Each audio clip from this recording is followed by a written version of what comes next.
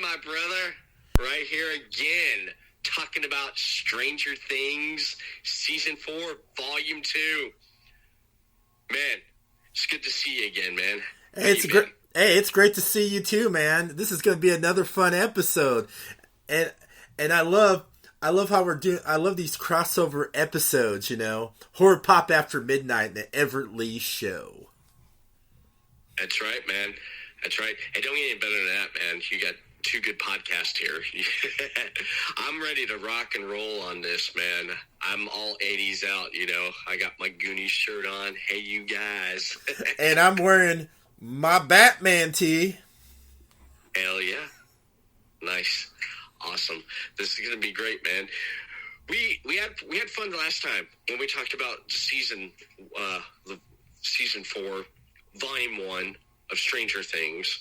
The anticipation. We went through and talked about all 7 episodes. And then we had to wait till July 1st, which it seemed like an eternity. But it finally showed up. It finally came. July 1st, we got episode 8, Papa, and the final for the season, the closeout. Episode 9, the piggyback. And Papa was about an hour, 30 minutes long, and the season episode 9 was about 2 hours and 30 minutes long. And Robin, by God, 2 of the best episodes this season to close out season 4, don't you think?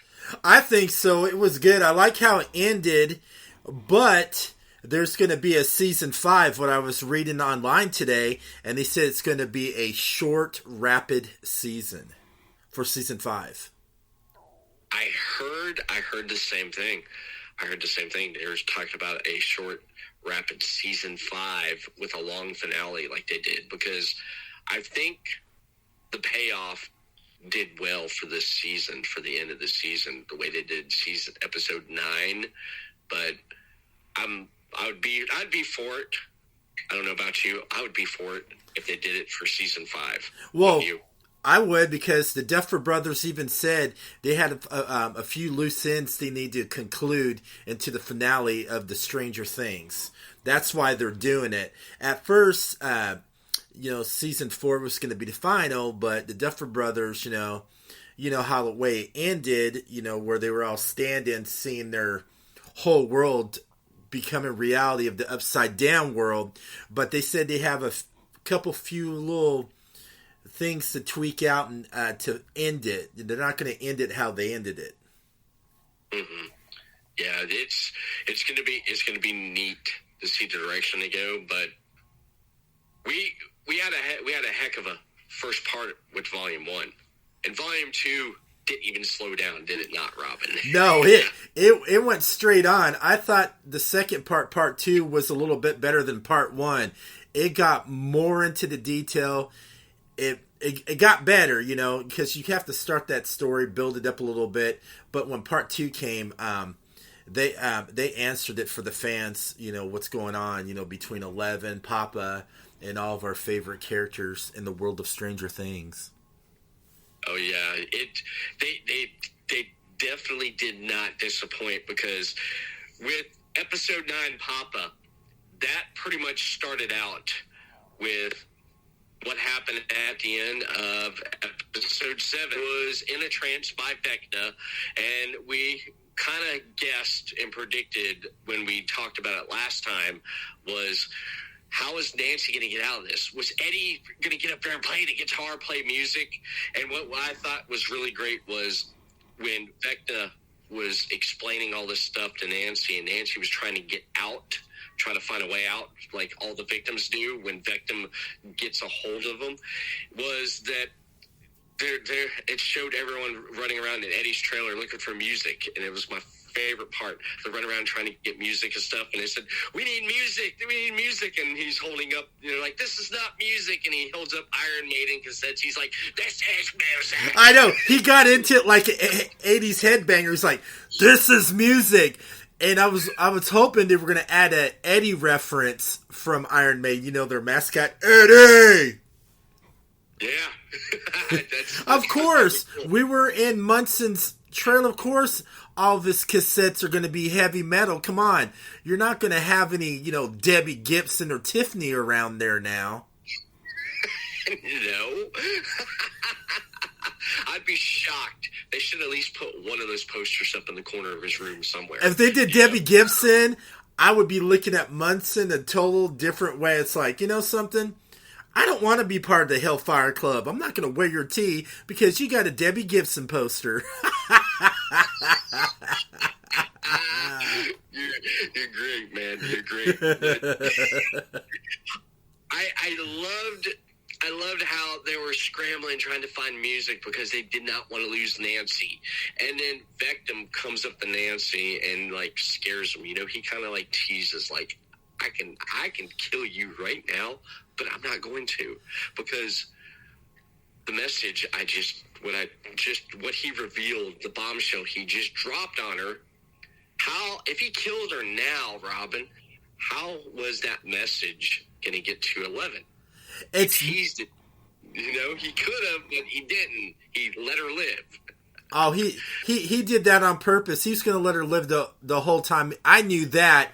He just wanted to get that. He just wanted to get it out there to them, and because he knows, they're going to be with 11 sooner or later. He wanted to know, hey, 11, you may have kicked my ass and sent me to hell, and I became this ugly, grotesque creature, but I'm going to let you know my presence is known, and I'm going to get my revenge on 11. Yeah, he certainly did. That he wanted to get his revenge, and he made it clear. And then Nancy snaps out of it, and they're like, "Oh wow!" And then she reveals that who Vectin is and everything to the king, and everyone was decided to come up with a plan. It's like the plan is, let's go into Upside Down and let's take him out. Yeah, And I like the plans because they got the weapons set. They had the plans. Munson was gonna be to take out those demonic bats. He was gonna, because he wasn't unsure if he kept on saying he's no hero, and he wasn't very confident about himself when he went to the underworld. He didn't want to do it in the first place, and everybody was all gung ho. It's like, hey, we're gonna go to his mansion to go up to the basement. That's where Max and them is. To try to stop him. To the whole thing. So they did their separation. And then of course the younger girl, she climbs up in that little rocket playground thing.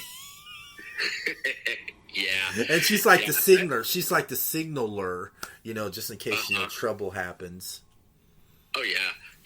And then we can't forget that they went to this army surplus. Oh, that was so funny. You see Nancy, she had this little skinny little girl with this big old shotgun. She's like... Mm-hmm. And you can tell, it's like, does she know how to use it or not? But it seemed like she did. And I thought... Oh, yeah. And I thought it was sweet when she sawed it off and made it into a legal sawed-off shotgun. Oh, yeah. Yeah, that legal sawed-off shotgun. And it was pretty intense in that moment there because Jason, you had the jocks that were in there too, and they're sitting there hiding going, let's get out of here. And then, of course, the main jock who thought Munson and all of them were satanic worshipers, he goes up and tries to intimidates Nancy, and Nancy has this shotgun right here. It's like, Nancy, use the end of that shotgun and just knock him out, and he was intimidating her, but Nancy, she was a little, she did not, you can tell she was a little scared, but she didn't show it. She said, get out of my way, I'm here to protect myself, and it's really none of your business what I'm doing. Exactly. That was the whole point. But I'm forgetting something here. Oh yeah, how they got to the army surplus store. I love the fact that Eddie could not he didn't want his face to be seen. Oh yeah, this is classic. Let me tell this. He was wearing a Michael Myers Halloween mask, man. I thought that was cool. They were paying homage to John Carpenter because it's, during the 80s era. And that was so funny because you see his head popping up with the Michael Myers mask. He's going in here while everybody's like freaking out. He's walking in there like no one's going to be noticing a guy wearing a Michael going, okay, that's kind of odd in a gun store. running around the trailer there. They're running around the trailer park there, and then they go up to that RV and they steal that RV. Yeah. Oh, yeah. It was these people's home. They were sitting there like eating their barbecued meal, and then Nancy and they were looking, going, "Man, that was somebody's house." It was somebody's house. Yeah, it was. They got running after him. They're like this. Hey, come on! We were enjoying our barbecued meal, and you're still in our house in this trailer park. Come, but they couldn't stop them. That was a great moment, man. That was a great moment getting there. So while that was happening right there in Hawkins, while they were coming up with, they're trying to get their plan together. Yeah, 11 got her powers back, and impressive, man. Oh yeah, dude, Papa. Oh my God, Papa was getting intimidated by her. He was trying to find ways. He knew he couldn't keep her because she's got her powers back. She wanted to get out there to take care of some business, She wanted to do it. And Papa, man, he like played it off as like, okay, you can leave. Doors open. Go ahead. I can't stop you. You're very powerful. And then he does the most cowardless thing ever. He sticks her with that needle to knock her out. Yeah, because Owens said, hey, she's ready. Papa wanted to keep her because his selfish reasons. He wanted to keep her. He wanted to gain back and get back what he lost. Yeah. Which but that wasn't going to happen because for his own selfish reason, he wanted to keep her and he wanted to just fix what he had before, rebuild, but that's not the case, man. That's not the time for this. The time right now is to get, like Dr. Owens, get her powers back, get her to Hawkins, and save it. Papa, you know what, your agenda, we don't need that right now. But he was selfish. Yes, he was, and he gave 11 all that fake love. Here, I'm here to help you so we can stop from the world ending. I'm like a father to you. He was trying to do that whole, mind games thing going, I'm your father. But, 11 wasn't buying it at all. Oh, no. She wasn't buying it because, he wanted to keep her, like you said, for his own selfish reasons. Owens was ready to take him. Owens is like, look, she's ready, man. She lifted that like 11-ton, tank. She did. That was a great moment there. I was like, yeah. It's like, how do you feel? She's like, she just lifted it up and sat it back down. Everyone's watching like, whoa. It was like, when I was watching that part when she was lifting it up, it kind of reminded me of, if you saw Empire Strikes Back, remember how Luke was trying to go like this to try to lift it? He's like, I can't do it. And here comes Yoda. He just like goes, get out of my way. He just sits there and just closes his eyes, and the whole X-Wing fighter raises all the way up out of the swamp so Luke can get back. I think that kind of reminded me of a little Star Wars homage a little bit. Yeah, that's a good analogy right there. That is right there because, Luke couldn't lift the X-Wing out of the swamp, and 11 that kind of did right there. It's just like, yeah, she's ready to go, and then of course you got the high government agents closing in. The army, that crazy general. Yes. Yeah, the general, because the general beat that guy into submission, and he ratted out everybody, and they were heading there to the convoy. Now we have the gang in the pizza car. We have Surfer Pizza, dude. You got to try the pineapple. Yes. Yes. Now you got them going there. They're going to find Elle. They got the location, and Yeah. they're getting close, and they found the location. But then all of a sudden, what's his name? Angie or Augie was like, "Hey, dudes, hey!" It's like, "Look at these Hey, I found something, guys!" And it's like, "No, man. It's like we don't got time for that." And he's like, "No, you guys need to see this. You have to see this." So when he come over there and they looked, he's like, "We're not looking for a road." And then they saw the fresh tracks. So Yeah, it was from the army trucks, and he's like, "Whoa, we're getting close, man." It was intense. That part was intense there because when they came in with Blaze of Glory, man, and they busted in the thing. They took everybody out, and it was funny. Organized. When the gang was coming up too, they're like, "What about that vehicle there?" "Oh, just leave that be." They thought that was no big deal, and they're sitting.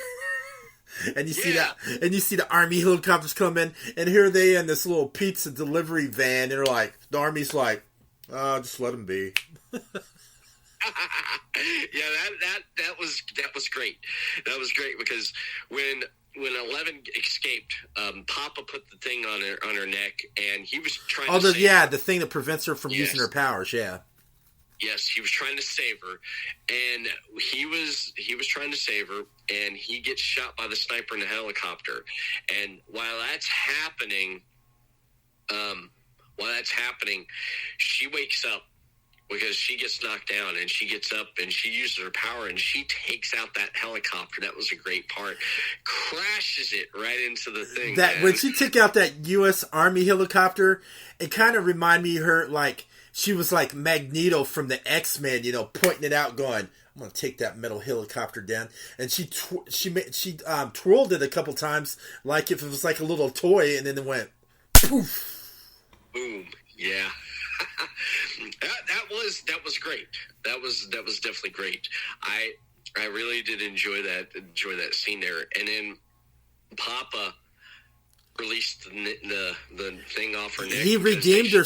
He redeemed herself because he knew he had to let her go, and he knew if he didn't, the world was going to be coming to an end. And he kind of realized he was thinking about it out of his selfish love. And then he looks at Elle like a father who sacrificed his own child.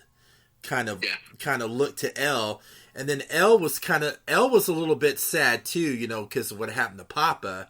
But she also realized it's like, okay, yeah, you said you still screwed me, but thank you for saving me. I kind of feel bad about it, but I must go on with my friends.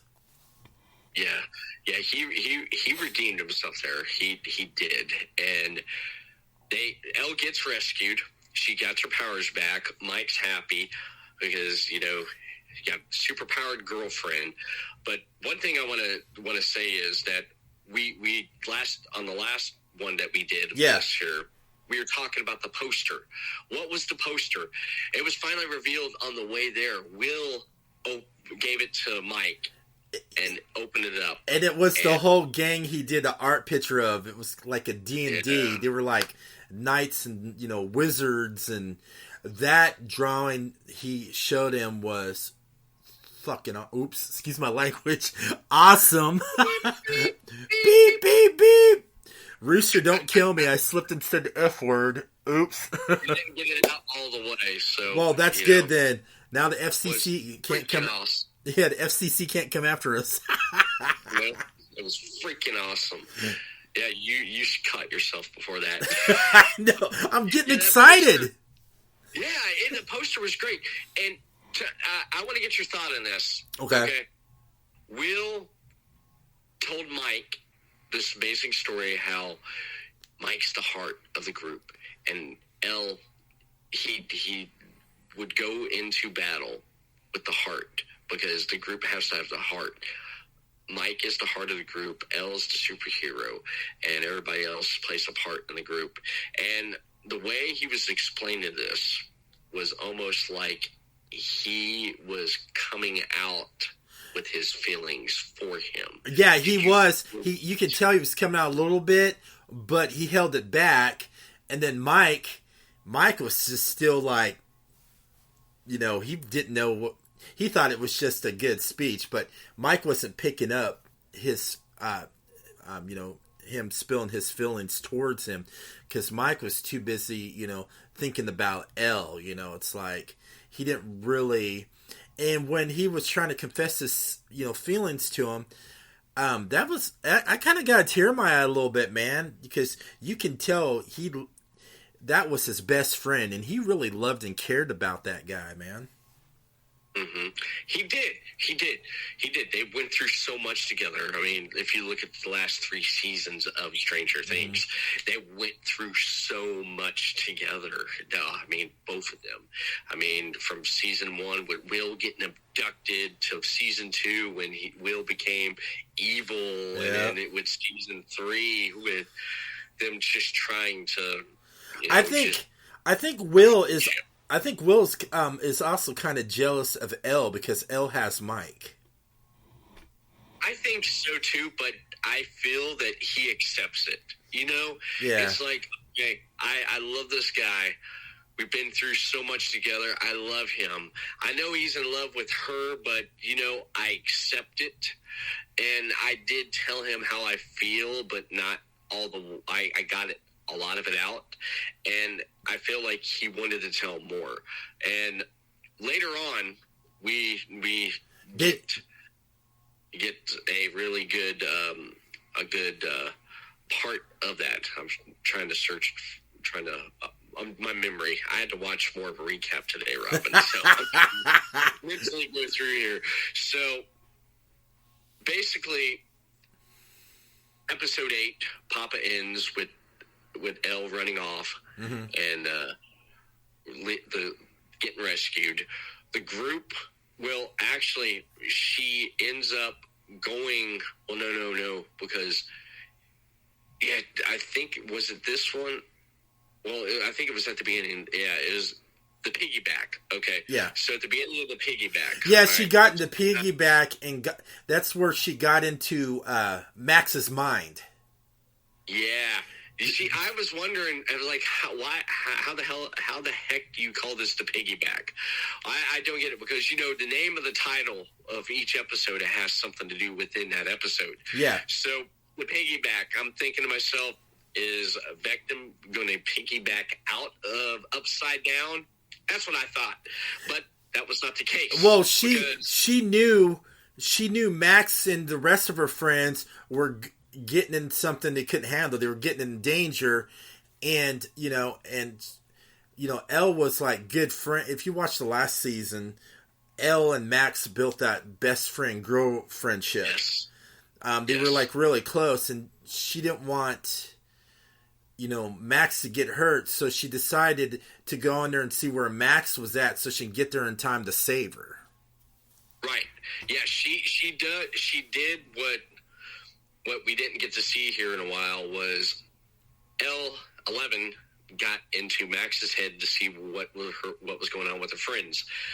She learned of the plan that was going on, and she needed to get there. And they were trying to get back to Hawkins quick as they could, but there was no way they were going to get back to Hawkins because of how far out they were.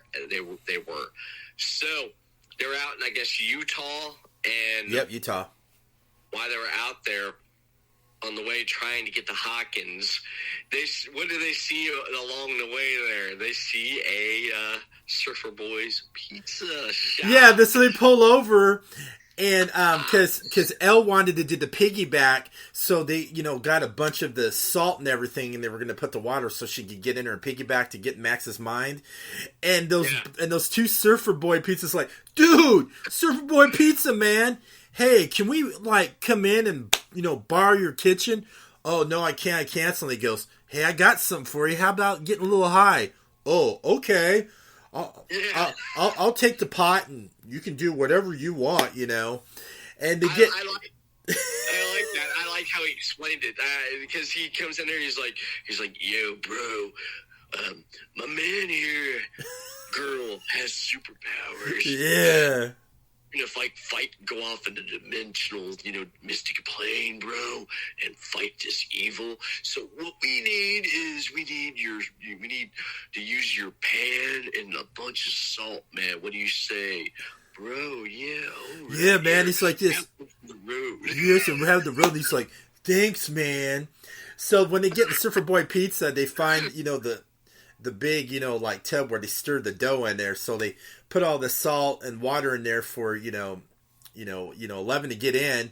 And the thing I liked about was where Will and his brother were getting it set up, and and then Will's brother was noticing how his little brother Will had feelings for Mike, and it was like he was staring down because how Elle and them were like, like how they're doing, like what lovebirds do, they're sitting there getting acquainted and all that. And then I love the pet talk Will's brother gave him. He's like, brother, I'm here for you. He knows about, his brother's sexuality. He says, if you want to talk or anything, I'm always here for you. That was pretty cool. He was there for his brother. Yes, he was there for his brother. That was pretty cool. I did like that. I did like that talk there. So they're setting up a mini Nita incubator in a pizza kitchen. Yes, in a pizza kitchen. That's going on. The gang in Hawkins is setting up their plan to go into Upside Down World. Now, there's one thing that we're forgetting to talk about. We got to throw in here. You know what I'm talking about? Hopper. Yes, Hopper. We got to go back to Russia. Yeah, Russia. They were sitting. Russia. So we go back to Russia, and they killed the Upside Down World's creatures, and they finally escaped. They were gone. They were out there in that van with apart. They he drives that prison van, and here's these armed Russian guards by this little mini gate. He's like, oh, I'm not stopping. Boom! Yeah. Boom! But getting out, that was before they got out. They hear some stuff going on in the room, and they go in there. And when they go in there and into the room, they see that a demigore is tied to the chair. And he was like cut up, and they were like studying him. And Hoppa, he was being like Rambo. It's like, this ain't gonna work, And you see all these like scientist professors all startled because he found this room. So he like shoots and kills the creature, because and they're like, you can't do that. We were experimenting. They had that look. That's our experiment. He just like. I know, killed them. And then they looked around and they saw that they were doing a bunch of experiments with them. Oh my God, that was with the night flyer. The night flyer was there, part of the night flyer. Yeah, that was freaky. They saw all the creatures. Yeah. They were like in these like test tubes, they were going to start like a big army, and that was just. I would hate to be in there walking around that. I'd be freaking out. I'd be like, oh my gosh, I don't want to bump it or drop or crack something. I want to get out of there. Yeah, that was freaky. That definitely was freaky. But while that they were trying to find a way out. They found a way out. They had to go down in this sewer tunnel. Yeah. And they got back to the van, like you said, and they smashed through the gate. They'd left, and the helicopter guy was supposed to, or the airplane guy. It was an airplane guy, and when he got back, he found a helicopter, but he didn't really want to take them back to the U.S., so he grabbed the main part that runs the whole helicopter, so he was like fooling with them. It's like, man, I can't get this started, and he's like hitting like the switch, acting like it's not working. He knew what he was doing. Yeah. He was like a little weasel. I was like, why are you doing this, man? Why don't you redeem yourself? I mean, from kidnapping him and trying to, get money to the Russian government. Just redeem yourself. And he kept... Exactly. Yeah. One of the things that we thought was going to happen did not happen. We had a theory that they were going to get back to the Hawkins through Upside Down, which didn't happen. I was thinking that too. And then, I would. And the thing about it is, they were trying to find a way to get back anyway. But the bad thing about it is, they had to go back to the prison again. Yes, because they made a phone call. Enzo made a phone call And it said it would take a while. It's like, it takes a while in Russia. Here, what's the number? 555, blah, blah, blah, blah, blah. Yeah, and they waited. Hopper and Joyce answered. Hopper answers the phone, and the KGB in code, in Morse code, basically told them what was happening in Hawkins. So Hopper's like, we got to go back in there. And it's like, we just got out. It's like, it was easy getting out. It was going to be easy getting back in. Yeah, and I love, they went back to the church where they, had, like, all the stuff, all the clothes, all the guns. And I love how Hopper got that flamethrower. But the cool thing I loved about it was when Hopper put on that 80s Hulk Hogan. And I was waiting for? I was like, okay, if he's going to go back with his friends with guns blazing and a flamethrower, and he's wearing a Hulk Hogan t-shirt, they better play a real American while he's going in there. And I was mad they didn't play that. I'm a real American, fighting for what is right, fighting for what's right. That would have been cool if they played Real American. That would have been cool. That would have been awesome if they did play that, man. I was hoping for something like that. So they got to go back in there and they got to destroy everything. And so they could go home. Into the prison, they went back in. They noticed the guards weren't there again. They're like, okay. So Joyce, Murray, and Hopper go back in the prison, and everything's destroyed. Everything got out. And they talked to a guard, and they asked what happened.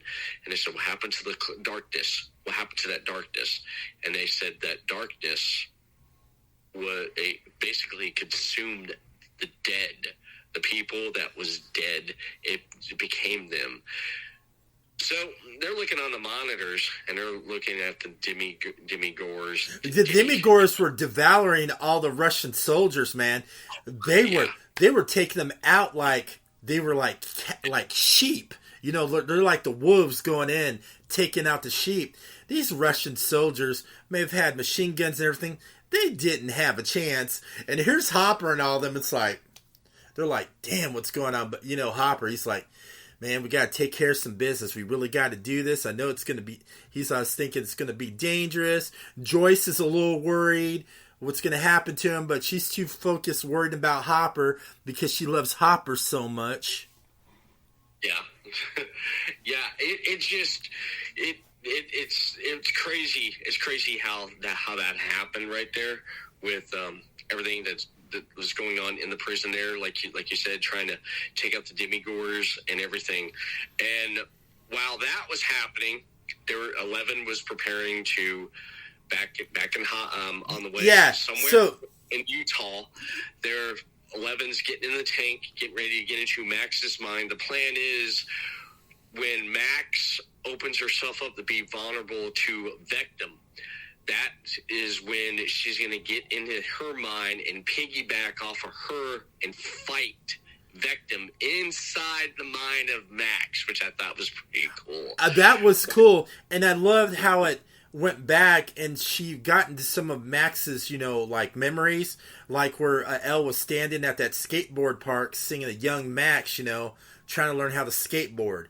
And then all of a sudden, she sees Max on top of the bridge by the skateboard park, and there's like this DJ booth, and all of a sudden she's at this high school dance.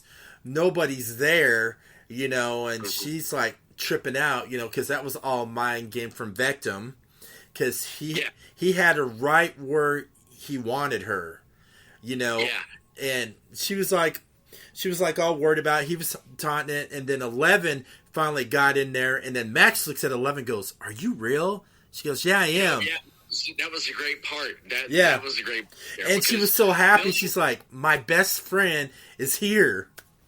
Yes. What's cool about that was the build up to that which was cool, was because the plan was with the gang in Hawkins was that Steve, Robin, and Nancy got all geared up and everything like Red Dawn. Did you notice? Yeah, they did a Red Dawn homage to it. She had the beret, They had like the bandanas. He had an axe. They had everything. They were, I was waiting. I'm glad you picked up on that. Man. Yeah, I was waiting for, because there were so many '80s Easter eggs in these last episodes. I was waiting for Steve going. I wanted Steve to say Wolverines, from Red Dawn. Oh God, that would have been great. That would have been great right there. But what I liked, I liked that. I liked they got an upside down. Lucas's younger sister was the lookout with the light. Yeah.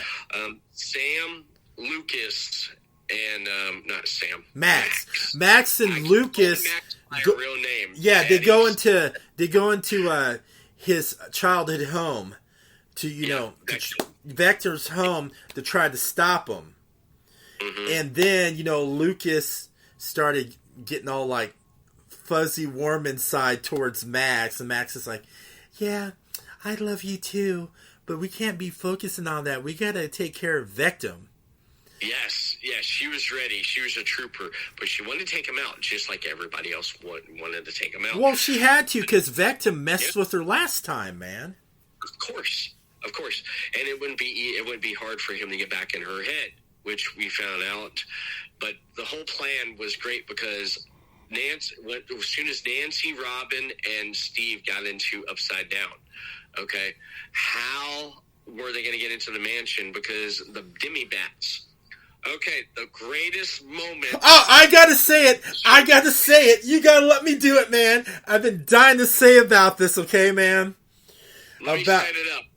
Okay, go ahead. Okay. Go ahead. So, we got a distraction team, which was Eddie and Dustin. So those guys took Eddie's trailer and Upside Down and basically bat-proof it. All right? So Eddie goes into his bedroom. And he gets his guitar. And Dustin's like, yeah. So my favorite part was most epic. Munson gets on top of the trailer, tunes out the guitar, plays Master of Puppets from Metallica, and he's like, and this is my favorite thing he said, he goes, Chrissy! He was doing it for Chrissy. He was sitting there jamming it, and Scott Quinn, who played Munson, they did an interview with him. It took him 3 weeks to learn how to play Master of Puppets on the guitar, and also the members of Metallica found out about that and were giving him high praises for playing that Master of Puppets. And you saw Dustin. Dustin was sitting there rocking out, going, because Dustin looks up to Munson, man. He's like, yeah. And here's Eddie. He's like, just thrashing it, man. Yeah, I love that. When he plugged up that guitar, he said, Chrissy, this is for you. And all of a sudden, dun, dun, dun, dun, Master of Puppets. Dun, dun, dun, dun, dun, dun, dun, dun, dun. And then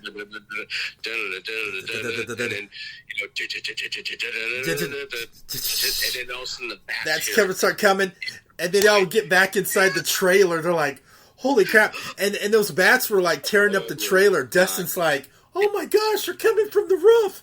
They're coming from the walls.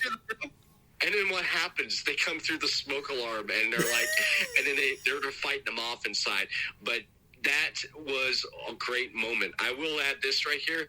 Remember how Kate Bush's Running Up the Hills got one on iTunes? Yeah. Since Master Puppets was played, Master Puppets is now in the top 50 on iTunes because of Stranger Things, man. That's cool. James Hetfield is in the whole band of Metallica. They're happy, going, yes, thanks to Stranger Things and Munson for playing Master of Puppets. Well, I want to throw this out there. A few years ago, not too long ago, Metallica asked their fans. They said, "What is the number one Metallica song of all time?" Mm-hmm. And every Metallica fan on this planet voted, and the number one Metallica song of all time is Master of Puppets. Would have been to a close second. I would have voted. I like one. That actually is that was number two. Master Puppets and one. Wouldn't that have been cool? You know, he played Master Puppets and he switched it and did the guitar riff on one where it's getting hard and heavy. Actually, he couldn't. You know why? This was 1986. Oh, I know.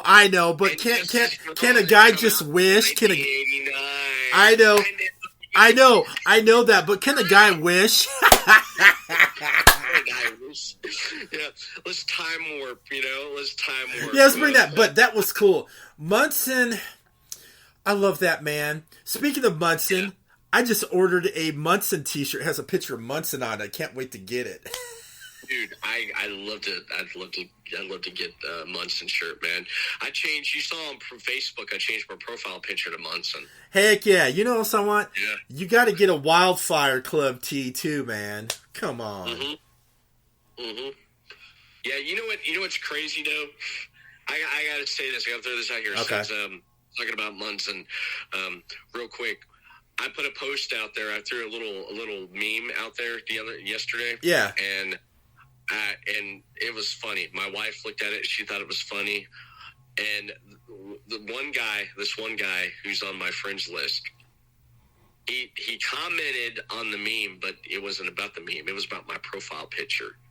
And he's like, you like Eddie, Stranger Things, TF, ?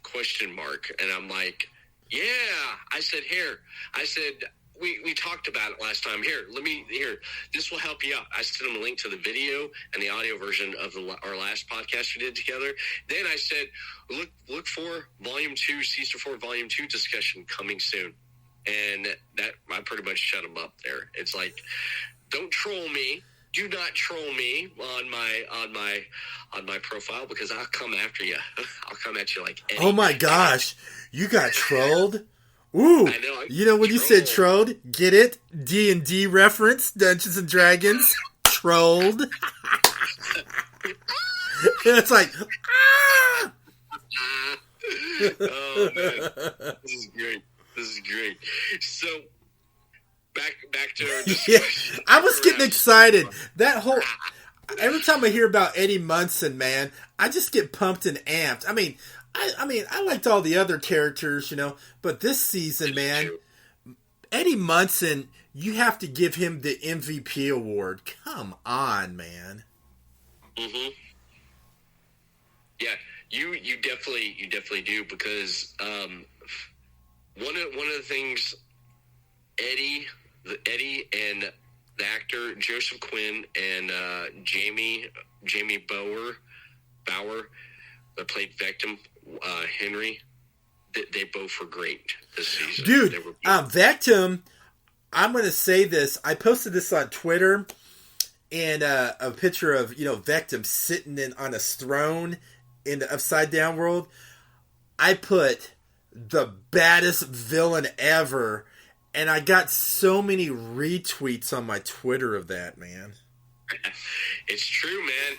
It's true. He was a bad villain, man. He was a bad villain this season. Because it just how he did stuff, and the gang also found out. This is how bad of a villain he is. The gang found out that with every death, a gate would open up.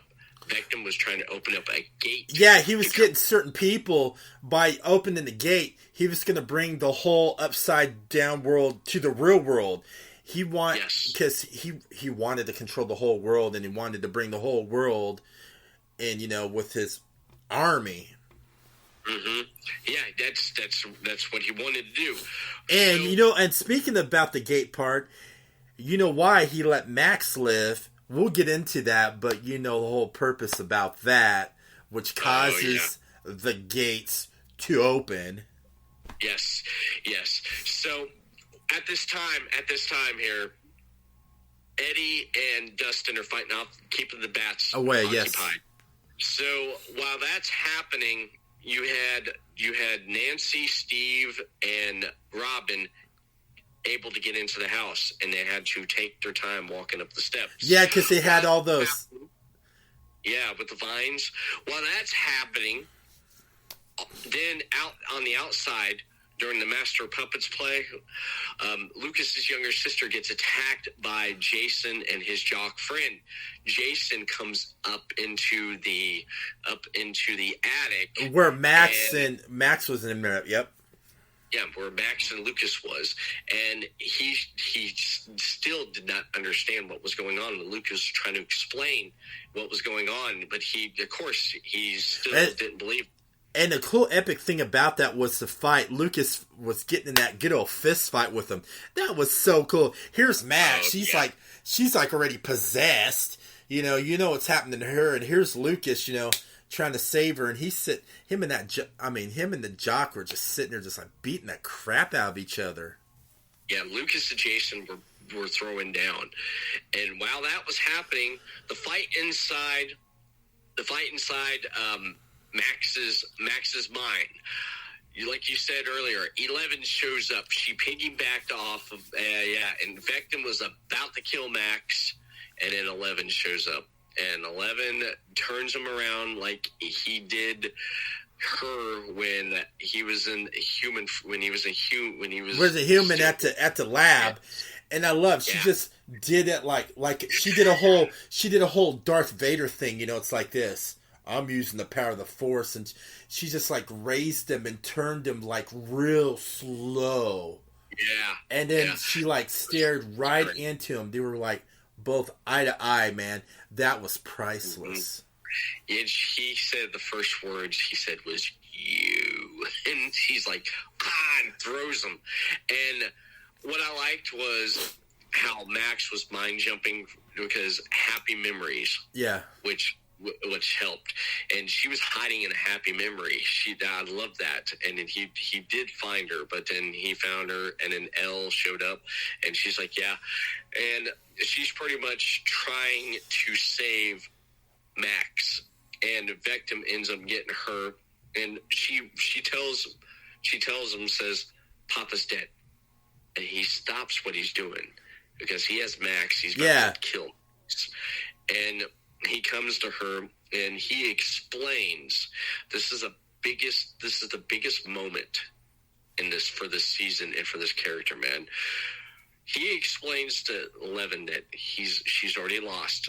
She said that once you banished me to a wasteland, and there was nothing in this wasteland. There wasn't nothing because you've seen him. He was traveling. He became an explorer. Vectum did. Henry did.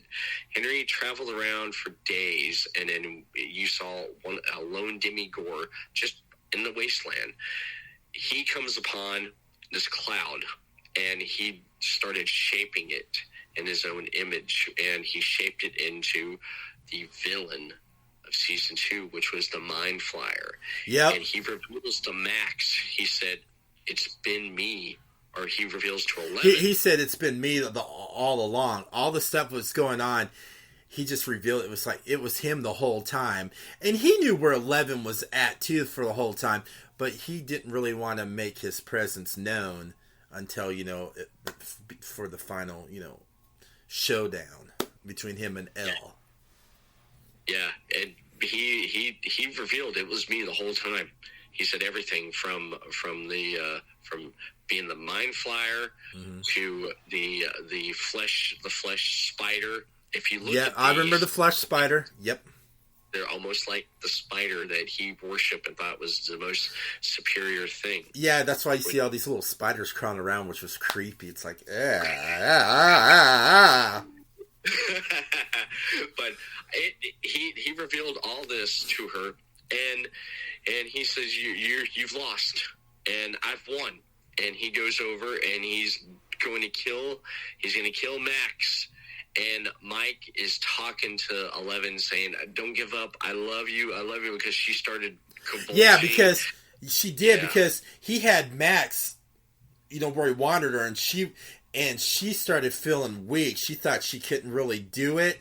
And then when she heard Mike, she's like, she got that extra charge up on her, and she's like,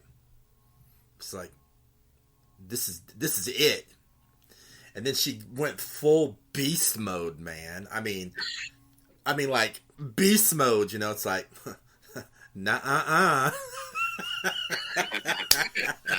Yeah, she did, and while she was doing that, that's when Victim was getting a hold of Max, and while that was happening, she floated, and her legs and limbs. And then you saw her wrists like this, and then I was like, when I saw that, I was like, no, they're gonna kill Max. I'm like, no. I did too. I thought Max was gonna get it, and then Steve, Robin, and Nancy got freed, and they got up in the attic, and then they took the Molotov and threw it and set him on fire. But you forgot the cool thing though. Nancy went all Rambo with the sawed-off shotgun. She's like, boom, boom, boom.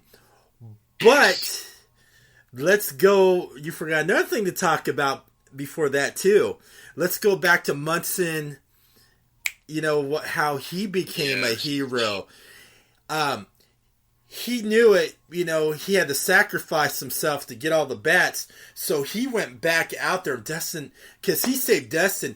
He made Dustin go back to the regular world. He's like, and Dustin thought, Munson goes, I can't do this. I got to redeem myself. So you see Munson out there. He's just sitting there like taking all these bats out, tearing them up. And then Dustin's like going, where's Eddie at? And he's like, crap. So Dustin comes back, and here is he's trying to save Eddie, and the bats are like tearing his flesh up, eating them all up. And then, boom, Eddie dies as a hero. Dustin runs to Eddie because Dustin thinks Eddie was a hero the whole time. And that scene where he came by and grabbed Eddie, after the bats and everything all died, that gave me a tear in my eye because you can really tell Dustin really loved and cared about Eddie. He did. I was hurt by it. I was hurt by it.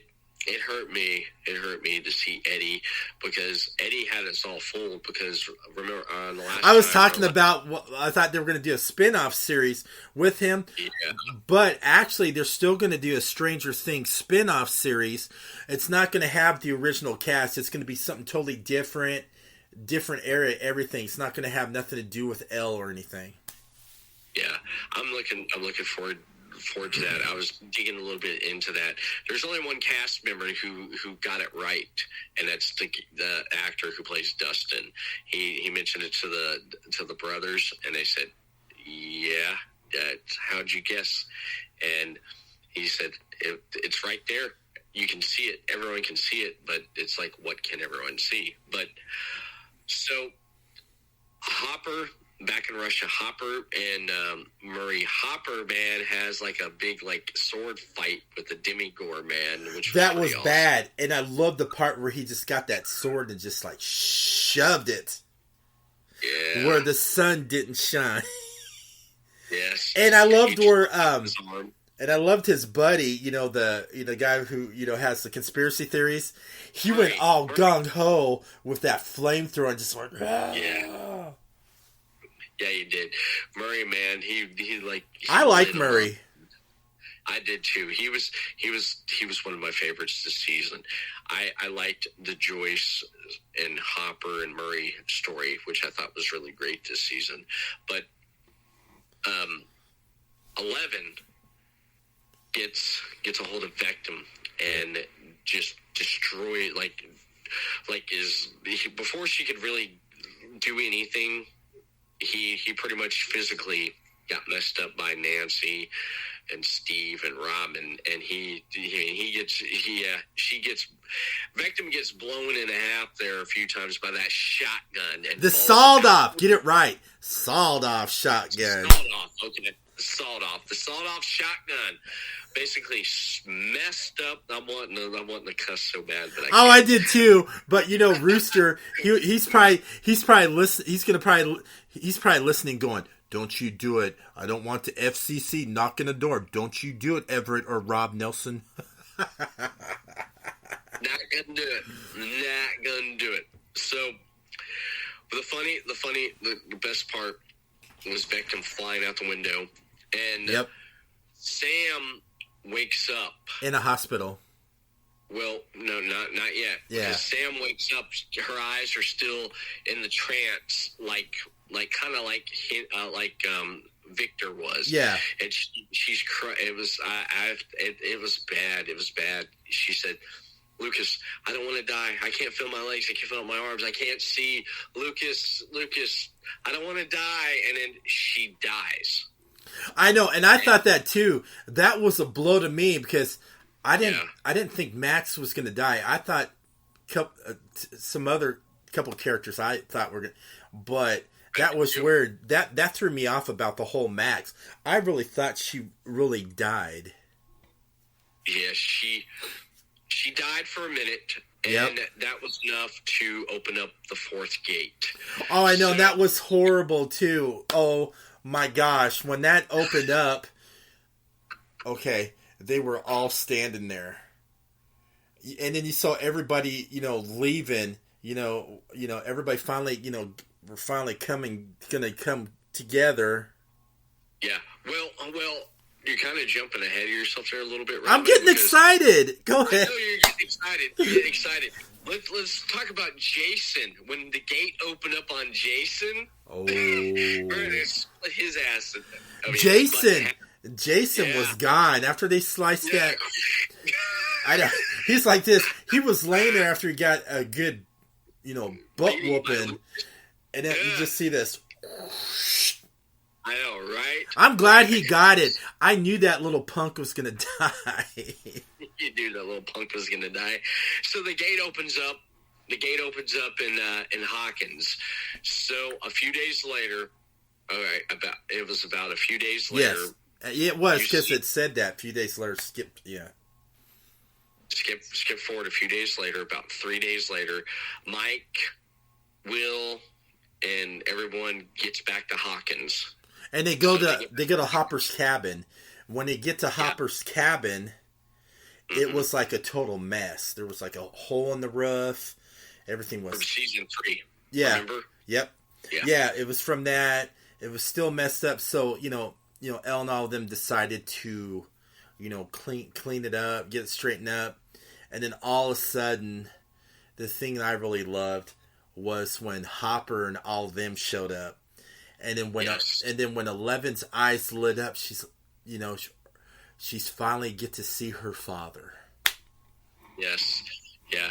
And did you notice when she went into her room to clean it up, when she shut the door behind her and she only closed it about 3? Hit my microphone. She about 3 inches. Remember, he said, "Always keep that door 3 inches." Yeah, open. and she still did it. And I loved how I knew that was going to happen when she did that. Did you know that? Or you just saying that? No, I did. Come on, I've seen all the seasons. Don't you be stumping me, Everett. I had to do that. I was like, did you really know? Yeah, I did. But I just loved all the, 80s Easter eggs through everything, man. It was just like it was one heck of a ride. And you saw Dustin, you seen Dustin, Steve, and Robin at the shelter where everybody lost their homes, for what was going on. And then Robin finally got her wish. She got to work side by side with the woman she loves. And then when the woman she loved found out she broke up with her boyfriend, that even made Robin more happier. And then you see Steve across going like this. Steve's all looking at us like, he's like, right on. And another thing about the whole shelter, the thing that made me cry was the part where you see Eddie's father replacing the missing poster because it had the swastika. Yeah, they kept on calling Satan. Yeah. He takes up, and then Dustin comes up to his uncle and said, "Hey, your nephew was a hero. I believed him. I totally respect him, like you did." And then they both sat down on the cot, and they were reminiscing of how much they missed and cared about Eddie. That also gave me a tear in my eye too. Yeah, that was hard, man. That was hard. He lost his. You tell how much he knew how crazy his nephew was, but he loved him, man. He did, and then his uncle, could tell that Dustin really loved and looked up to him as well. Mm-hmm. He did, and Max, she's in the hospital in a coma, and they all came in there, and when they got in there, 11 walked up to Max and put her hand, or just she went in. She wanted to heal her. She wanted to get her out of that, not to die. So she was trying to use all of her powers to take it into her. Mm-hmm. Yeah, right before that happened, we found out that 11 has a power that we didn't know she could do. She can heal and bring back the dead. And Max, because she went in Max's head, Max is there, but not there. Mm-hmm. It's like no one's home.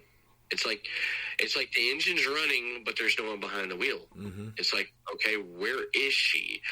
And then you see, like you said, at the end, Hopper and everyone comes back and reunites, and all of a sudden, Will's neck. He gets to feel, because remember how Will was possessed? He's feeling Vectum. He told Elle in the group, he's like, Vectum's not dead. No, I can feel him. He's hurt. He's hurting. And he's trying to recover. And then when he felt that, they walked out there to the hilltop and they looked down at Hawkins. And they see it, it's the gate upside down was consuming Hawkins. And we get this last shot of everyone up on the hill and getting ready to battle the biggest battle of their lives. Of their lives. Well, and then, I mean, dude, that tripped me out. I was like, no way. I didn't think it was going to end that way. But, I kept on thinking, no, they're saying this is supposed to have been the final season. It's like, they can't end this like this. And then I knew and then when you found out, I knew there had to have been something else they were going to do later after that. I don't think the Duffer Brothers was going to leave it like that. I think the reason why they ended it that way, like I said earlier on the show, is they wanted to get a few more loose ends to finally, conclude it, And I was thinking, okay, since they're trying to do a short and simple season 5, which is coming, what if 11 decided to, reverse everything in time and never showed up, where all of them didn't have to go through all this? That's a good theory. You want to talk conspiracy? You want to talk about what we expect season 5 to be for? That's what I think. That's one of my conspiracy theories. Okay. Before we get into that, I want to ask you. Okay, out of all the seasons that we've seen of Stranger Things, how did you feel about the season with season 4? How did you feel about it from start to finish? Did you really? I know I know the answer, but I'm gonna throw it out there anyway. Did you really like this season, or did you really thought this season was awesome? I like you said that, the look on your face. It started off slow, okay? I didn't have, how you go into a show, you shouldn't have high expectations. Start off a little bit slow, but when Eddie Munson was introduced, came into it, dude, I fell in love with that character. Started getting good. And the thing that excited me about the season was I kept on thinking about different theories about Vectum and 11. I was so stoked and pumped up for the epic showdown. I was so stoked to see, if Munson was going to redeem himself and be the true hero who he was, Of all the seasons of Stranger Things, I'm gonna have to say I like the fourth season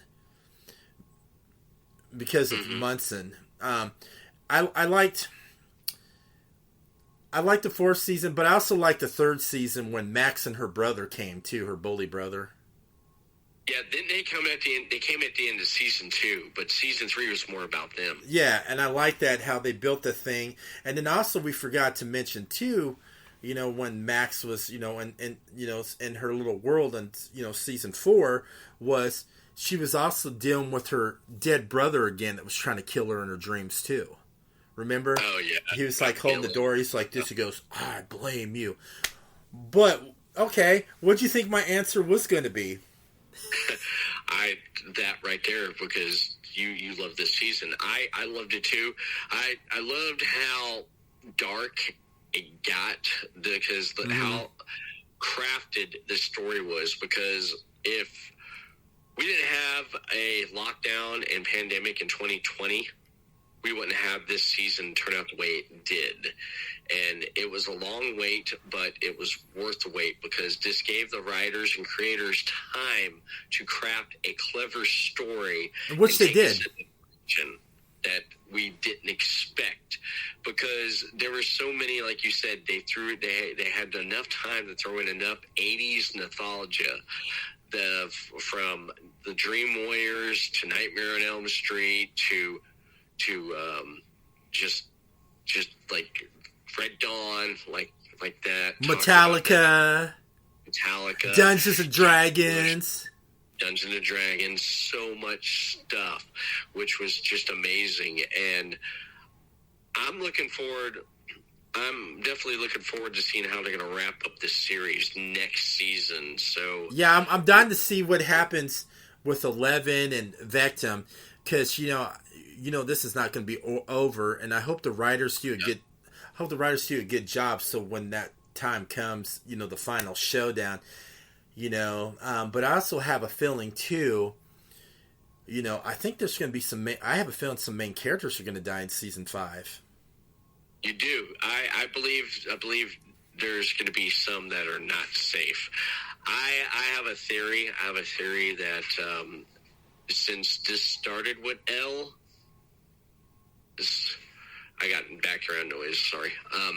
Since this started with 11, I feel that it's going to end. It's going to end with 11. Yeah, I got background noise every time I talk. Oh, I know. You're sitting there like going. It's like it's. Yeah, every time. Yeah, I feel that it's going to start. It started with her. It's going to end with her. And when I say end with her, she's going to probably end up dying if that does happen, or it may not. Or what I said, my theory was she can reverse everything back in time, or she never made her presence again, and none of this never happened.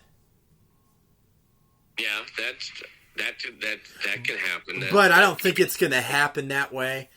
I think Elle's going to, sacrifice herself.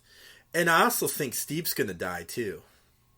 You think Steve's going to die? Yeah, because he's going to he's going to do something. He's going to do something heroic. Well, I have a feeling that Steve and Nancy's going to get back together, because she's not going to like the fact that Will's older brother is not going to go to college. Yeah, because he mentioned that to her. Yeah. They're supposed to go to college. I have a feling that that's gonna happen. Steve and Nancy is gonna get back somehow together, and they're gonna tackle that. And they talked about a time jump. They talked about this is 1986. They're thinking of they're gonna time jump to 1989. Woo! Yeah. That's when I was a freshman in high school. Because they said a lot of them are going to be in 1989. The characters are going to be graduating high school. Yeah. Okay.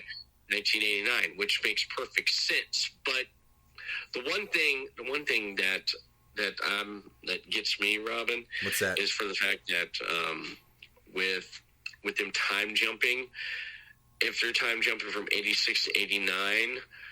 What are they going to treat Hawkeye Hawkins, Indiana, like a war zone where it's going to be like blocked off from the rest of the world? I think it is. It's going to be like an apocalyptic type of setting. I think that's what it is. I think it's gonna. I also have a feeling we haven't seen some of the U.S. Army either. Yeah, because in that last shot of the gate, consuming Hawkins, you can see helicopters flying around. I was waiting for Demi Bats to fly out and start attacking the helicopters. And what if they make season 5 into like they turn it into like the Mad Max thing? That would be badass, man. That would be. I think they can pull it off better with how, I hate to say, it was a good idea, but it just didn't transcend that great. The humans and dinosaurs from the last Jurassic Park movie. Oh yeah, Dominion, where the humans had to learn to live with the dinosaurs, like living, hunting, everything. So I know what you're getting at. I can see them. That's the new norm thing because of what happened. Yeah, that if the Duffer Brothers could pull that off better than what Jurassic Park did, I'm for it, man. Have a Mad Max setting. They're trying to figure out for the last 4 years. They've been trying to figure out stuff. Eleven's like crazed, and she's visited Max by the bedside all this time, and then all of a sudden it's like, I think Max. My theory is Max is some kind of purgatory, and she could be the key to basically close the gate. Yeah, close the gate and destroy Vectum for once and for all. Yeah, here's a theory I have too. Okay. Here's a theory. Check out this crazy theory. I was thinking some theories today, Robin. Oh, good. Let's do talk. This theory. Okay, there was a theory I've read that I heard that Henry is Eleven's father, because they have the same powers. Now, here's something too. Okay, wow. I heard. Yeah, here's a theory that that Henry is the father of 11, and all the kids. The reason why they have the same powers is because they were all Henry's kids. Yeah. Ooh, that's a good one. Yeah. Or wow. They basically they took these they selected kids, brought them in, and his blood got injected into these kids. Ooh, that's a good theory. Yeah, that's a good theory there. And I feel that remember from season 2 there was another girl, girl that had the same powers as 11. Yeah. I have a feeling that more what's going to happen is they're all going to come together and they're going to take out Vectum. I have a feeling more of the kids could probably show up, and I have a feeling that Henry is 11's father. That's a great theory. I could see that. I could see Henry, messing around with 11's mom, because 11's mom was there too the whole time too. Mm-hmm. Yeah. It just what happened was he messed around and he pretty much. I think that could happen because if you watch this season when he did the flashbacks, he was really nurturing 11 like that was his kid. He was like a father teaching her how to use her powers, and he said hey, you stick with me, we can be the most powerful. That's something what a father would say to his daughters, like, stand with me, I'll give you the strength. What it kind of it reminds me of? Luke and Join me together. We can rule the universe as father and son. And then Luke's like this, and then here's Luke. You're not my father. It is true. Come to the dark side. Everyone told you about me, about your father. I am your father. I can see that, and I can see 11 going like this. No. Ah. Yeah, her blowing a gasket, man. And then everyone's like, "That's your father," and then she's like, "No, Hopper's my father." Yeah, Hopper raised me. Hopper's my... I made a diorama of my father, darn it.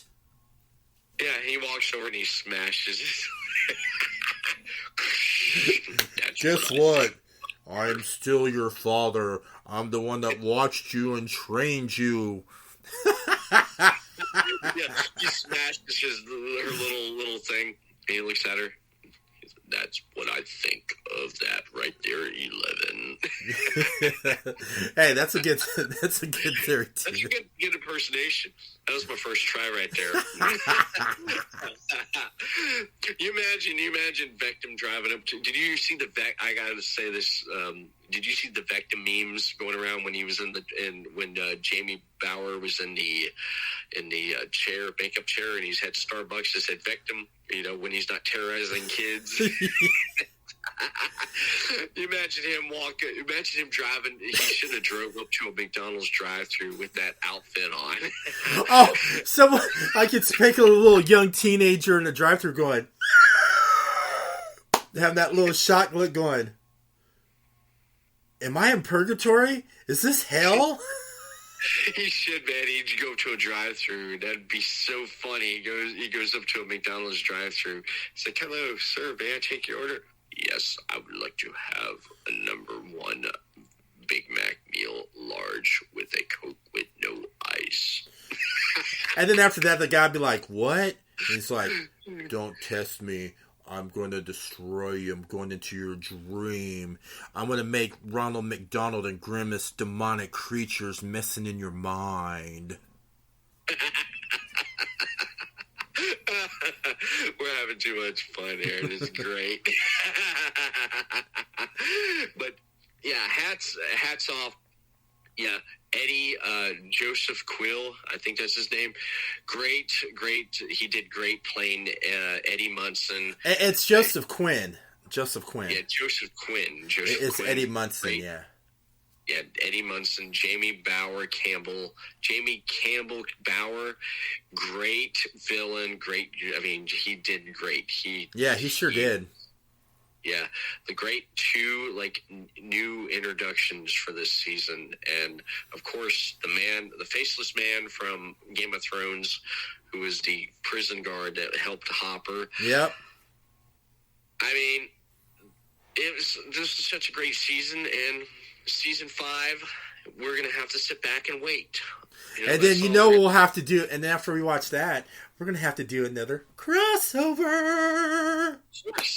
Of course we are. But I do want to throw this out there. There's some stuff coming out on Netflix that's coming sooner than later, which in September we're getting the final season of Cobra Kai. Yeah. Cobra Kai's gonna be, dude. If we're gonna talk about that, Cobra Kai's gonna be good. Also, there's a show I've been watching. It's on Hulu.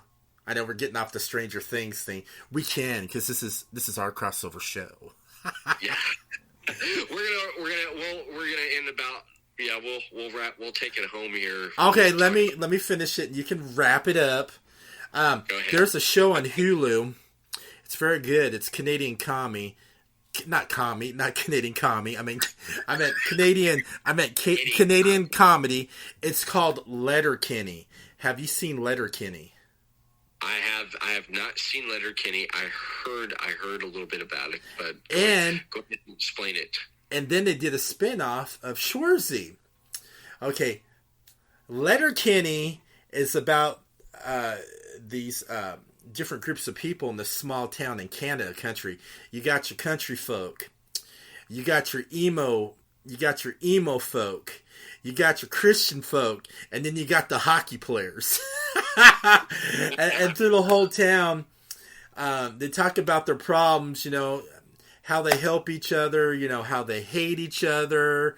And the main character on Letterkenny was played by Jared Kessler, and his name's Wayne. So every time each episode starts, he talks like this. The other day, I was hanging out with my friend, and something such had happened like this. And he talks like that. That is crazy, man. That's nuts. I like it though. I like it. If you there's like 10 seasons of it, and then they did the spin-off of Shoresy, which is season 1. But I'm telling you, Everett, if you watch it, it's on Hulu. If you watch it, get back. I'm telling you, you're gonna fall in love. It is so freaking hilarious. I'm gonna have to check it out. I'm definitely gonna have to check that out. That's cool. But man, this has been great. This has been great, has it not, man? This has been great talking about Stranger Things season 4, volume 2, and like we said, there's a lot of stuff that we can get back together and talk about for another crossover. But when season 5 hits, ladies and gentlemen, those listening and watching this podcast right here, it's going to be great when you get Robin Nelson of Horror Pop After Midnight and Everett Lee of the Everett Lee Show back talking about Stranger Things, because when that happens, it's going to be another crossover episode that you will not want to miss. You will definitely want to download and listen on Horror Pop After Midnight side and the Everett Lee Show side, and it's going to be great. It's definitely going to be great. And Robin, man, I want to thank you for doing this with me once again. And anything that you want to plug, you want to mention before? You better believe it. I'm going to do it right now, baby. Camera's on you. All right. You can listen to Horror Pop After Midnight every Thursday night, 8 p.m. Eastern on Roosters Hamilton. Roostershamilton.com, Rooster Radio. And you also can hear me on my episodes at Podcast City Network at podcastcity.net. You can follow me on Facebook at Horror Pop After Midnight. But if you're into Twitter, it's at Pop After, Horror Pop After Midnight. I have a YouTube channel you can subscribe to, Horror Pop After Midnight Podcast. Horror Pop After Midnight, on Instagram. TikTok. I'm on TikTok. Woo-hoo-hoo. And if you also want to capture my recent episodes, you can follow Horror Pop After Midnight on Apple Podcast, iHeartRadio, Spotify, Spreaker.com, Amazon Music, and all those great platforms out there. Nice. Thank you. Thank you so much, Robin, for coming back on the Everett Lee Show and having me on Horror Pop After Midnight, because while we're doing this, it's being recorded on both podcasts right now. And want to give a shout out to everyone on Rooster Radio. Everett Lee wants to give a shout out to all you listening, and shout out to Rooster. And we didn't go against the FCC, so be glad on that. Hey, I caught myself on the F word. Yes, you did. You freaking did. Hey, fudge I did. Flick it, man. So, everyone, thank you for tuning in and watching and listening to this episode right here. And you can hear my dog going into a coughing fit. He must have ate something. But besides that, Everett Lee signing off. Everyone have a good week, good night, and we'll see you again next time for another episode of the Everett Lee Show.